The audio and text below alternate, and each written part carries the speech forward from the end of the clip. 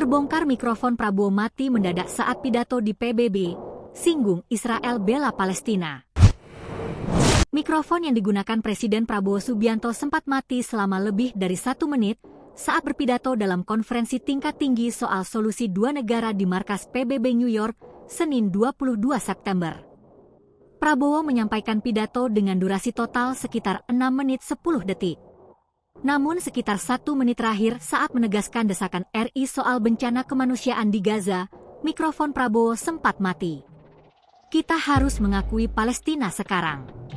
Kita harus menghentikan bencana kemanusiaan di Gaza, dan mengakhiri perang harus menjadi prioritas utama kita.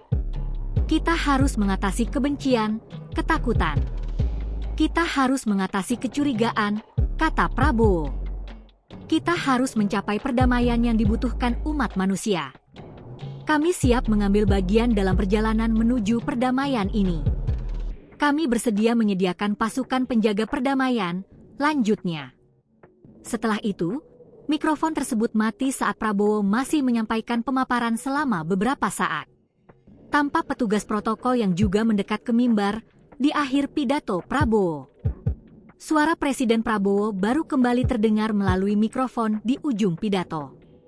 Terima kasih banyak. Damai, damai sekarang, damai segera. Kita butuh perdamaian.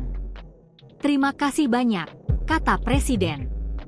Direktur Informasi Media Kementerian Luar Negeri RI, Hartio Harkomoyo, menjelaskan terdapat prosedur bahwa setiap negara mendapatkan kesempatan selama 5 menit untuk berbicara di forum tersebut. Apabila pidato lebih dari 5 menit, maka mic akan dimatikan, kata Hartio dalam keterangannya.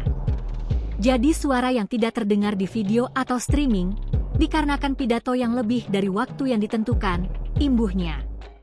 Namun pihak Kemlu RI memastikan meskipun mikrofon dimatikan, pidato Presiden Prabowo masih terdengar jelas oleh para delegasi di ruangan tersebut.